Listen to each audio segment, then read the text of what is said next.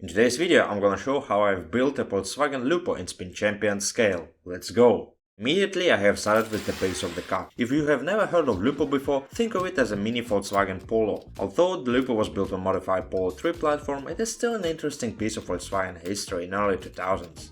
The length of the base was almost identical to my previous 7 stud wide mock, so I already knew what I have to do to make a sturdy base at this size. But now it was time to expand it. Still, why I decided to build it? In the place where I currently live, there are a lot of Lupos parked on the streets, and the car really caught my eye. I have just been waiting for a good occasion to actually start the project. And this day finally came. New contest was announced in LEGO Car Building Discord server, and the theme of the contest worked really well with the car. Although me or my relatives never had a car, which is kinda ironic if you remember that I mostly built LEGO cars. Still, I decided to participate and build one of my neighbor's Volkswagen Lupo. Now, after I expanded the base, I also added some bits of the interior, a pretty basic handbrake handle and a gear shifting knob. Now it was time to build the engine, for which Lupo was also famous for. A 1.2-liter diesel engine which was designed for Lupo 3L, named like this because it had a fuel consumption of 3 liters per 100 kilometers, which made this car the first production car to officially achieve such low fuel consumption. Next, I finished another chunk of interior by adding seats and steering wheel. With those in place, I started to work on the doors. That's right, this time I wanted to experiment with adding more functions to this particular model, so instead of just filling the gaps with plates or tiles, I designed these doors with a bit of help from these droid arms that are used for 2-point hinge that make this function possible. Next, it was time to work on the most iconic part of the car, the front bumper. The dual headlight design looked really cute, so I had to recreate it as close as possible. For the smaller side lights, I have used those mechanical glow pieces, and to recreate the Volkswagen badge here, I have used this tab piece, which worked out really nice.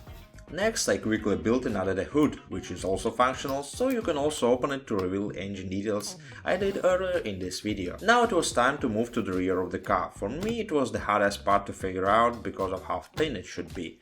I've started with fitting mudguards and using those neck brackets to represent tail lights and make them as thin as possible. After that, I started to work on B and C pillars and window sections. For this I have used the same technique I have used for my Starlet P8 mock I did a year ago.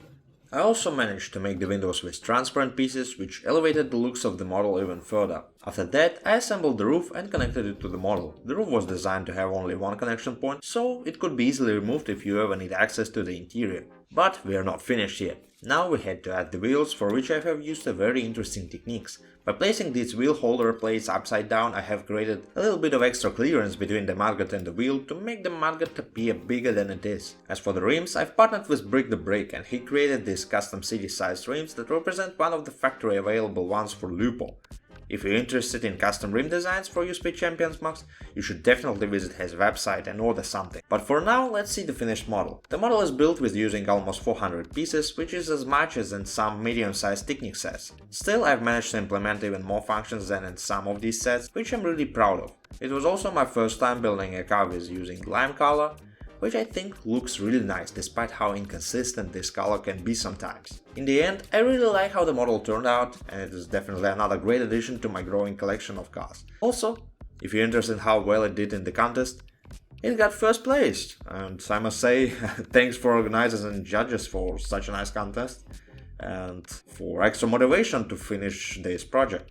But what do you think about this model? What other interesting cars should I build next? Let me know in the comments. And before I go, instructions are already available for purchase on my Brickable page. Thanks for watching and see you next video.